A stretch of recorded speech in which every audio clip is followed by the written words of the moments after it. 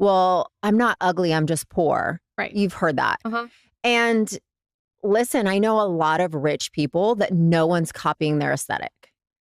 And the difference is, I mean, money plays a small part, but celebrities are typically the people in the spotlight that you're showing your injector. You're showing your makeup artist. Like, please replicate this. And the reason being is because rich people just have yes men around them, and famous people and celebrities, their own personal opinion is not important. It's not valid. They're a brand. So they have a team of people really dictating their appearance. So you're saying, like, if someone is 50 years old and they're like a celebrity and they say, I'm going to get a facelift, there's a lot of cooks in the kitchen being Absolutely radically real with them.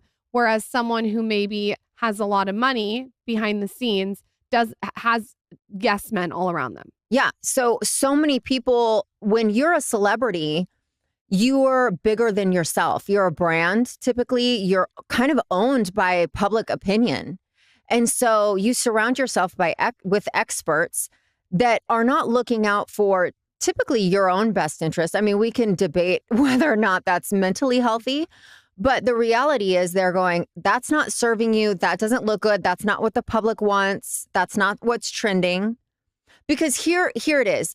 The average woman, they get stuck in the decade or the era that they think that they're the hottest. I think we kind of talked about this last time. They're stuck there. And when you're a celebrity, there's people going, okay, it's time to move on. This is not working. But when you're rich, everybody's like, that platinum bouffant looks amazing. You're so right. You're so right about what you're saying. And I think that real good cosmetic work is when you look like a younger version of yourself. Right. And that's the key. You don't want to look, I mean, when I'm 50 and I go in for my facelift, yeah, don't worry, I'll blog it.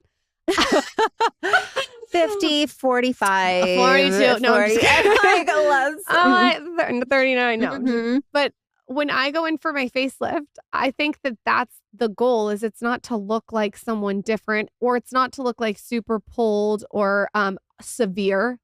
Severe is a big one. Right. But what happens is, and this is human nature or just like the natural course of action, is you get, like, you know, everybody's talking about blush blind or all those things.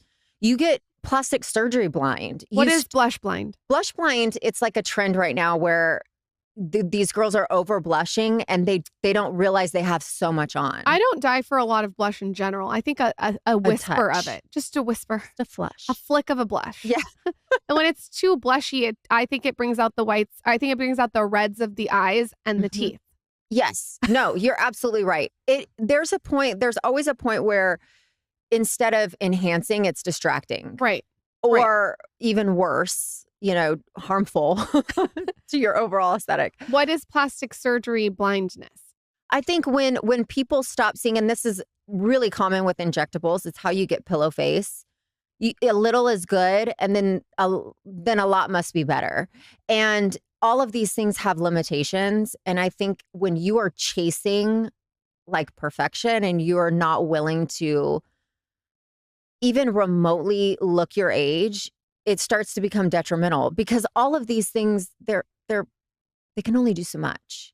And when used in moderation and like holistically, it can be so, so good.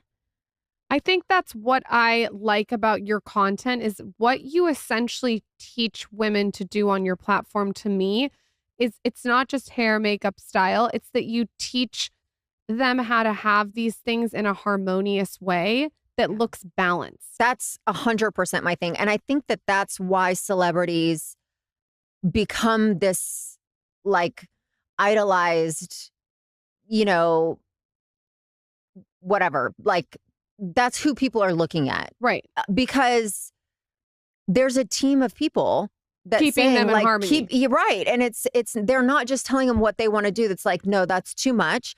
And also, here's the thing that celebrities are really good at. They don't take the shortcuts. They will do the surgery if surgery is going to be the quickest way for the most natural aesthetic. And I think that's what we're seeing right now. If you really want, I see all these people being like, she got, Botox here and filler here. I'm like, no, she just got a facelift. 100%. And I think that people are missing the extremes that people are actually going to. And I think these conversations are appropriate and they're needed because people aren't realizing the extremes people are going to. 100%. And you can get completely like demolished online when you're saying, oh, you've done so much. And I'm like, welcome to behind the curtain. They're all doing so much. But when you don't take the shortcut and you do the thing that feels extreme, you get that supernatural aesthetic. And there's no shortcuts, but it, to a lot of people, it still is the extreme because surgery feels like the last resort, but it shouldn't be. I think that needs to be talked about more is the fact that if you are going to spend thousands and thousands of dollars filling your face all the time, blocking your lymphatic system over and over and over with all different kinds of needles from all different kinds of doctors, I think that if you're going to do that, that's fine, but you also should have the surgery conversation out in the open. Do you know what I mean? Like you just should know. I think what it is like we're only seeing the celebrities' nails in their toolbox. We're not seeing the hammer and the wrench. We got to see the full picture to then make a decision based upon what you want to do or how much money you want to spend. I mean, that's literally my goal is to tell people take it or leave it. Right. Like this may offend you. Right. That I've had this surgery and that surgery and I've done this, but my goal is that you feel like you've gotten the full picture. Right. And then you decide what's appropriate. Everybody has a line that's like, that's too much. For some people, it's coloring their grays and that's it. That's enough. I don't think it's fair for somebody else to draw that line for another person. That doesn't seem right. But I do feel like if you get the entire picture and you're like, hey, these are all the things that I did, that might be too much for you. But if you're looking at that and you're thinking, okay, that was just Botox that gave me the brow lift. And I should look like this at 45 years old. And why don't I look like this? Right. Just know what's actually going on behind the scenes. That's why I think your content is so attractive because you do show behind the scenes and you do show the full picture. What are things that you've put out there that people just can't believe that you're putting out there? The tummy tuck really bothered a lot of people. Really? I wouldn't think that. It's weird to me because the tummy tuck. Just recently, even when, I'm candid about it, then they say, well, that's how she got, her fit physique, which to me, I'm like, you can't, you're damned if you do, you damned if you don't, right? Like it doesn't. I apparently lost 60 pounds because I got air sculpt in my arms. 100%. Yeah. I mean, and it's a video of me saying like, yes, and I got a tummy tuck. Yes. And then footage showing me being an athlete. Like, I'm like, the tummy tuck didn't give me the skill to do double unders. Right. Like, it's a little umph. Yes, it was for me, and I don't care who, like, I don't care what order you do, whatever you want to do to make yourself feel better. For me, it was the end point. I felt very strongly about not doing it prior to getting to the end. That was for me. Some people need it before they get to the end to help them in that last step. But for me, that was my goal is I just want this to be the end of my journey. Why do you think people care?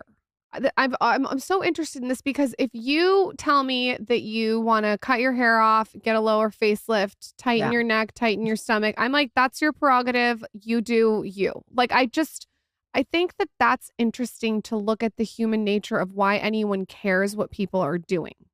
Yeah, I think it feels threatening when you see something that feels unattainable. And it boils down to when you're happy with yourself, you can be happy for someone else, And when you're miserable, it just feels like, my mom always said, misery loves company. And I think that the happier that I am with myself, the happier I can be for others. I'm never going to be 6 feet tall. I show off my midriff because my legs aren't it. But like, I love a great pair of legs. Like, I'm like, oh my God, I would never wear pants if I had those legs. Where do you think that your self-esteem and confidence comes from? Because even like when you came in here, like you allude confidence. Like, and I think that you also have a great confidence because you've told me all these people that you've worked on doing makeup. You like to make other people feel confident. Where does that come from? It's funny that you asked that. When I was a kid, I hated playing pretend because it wasn't real. And so I would go over to my girlfriend's house and they would be like, okay, you're the stepsister and, you know, all of these things, or they would create scenarios. And I remember just like not being happy with playing pretend. I totally feel that. You do? And I can't talk about dreams. Go on. I can't talk. can't talk Michael about tells me his dreams. dream. I'm like, oh my God, pass the ketchup. Like, I got to get out of here because the dream is fake. We're soul sisters. I can't. It's my pet peeve. This is amazing. I've never heard anybody with this. Like, I can't. I'm like squeezing, like when my kids say, wait till your kids tell you.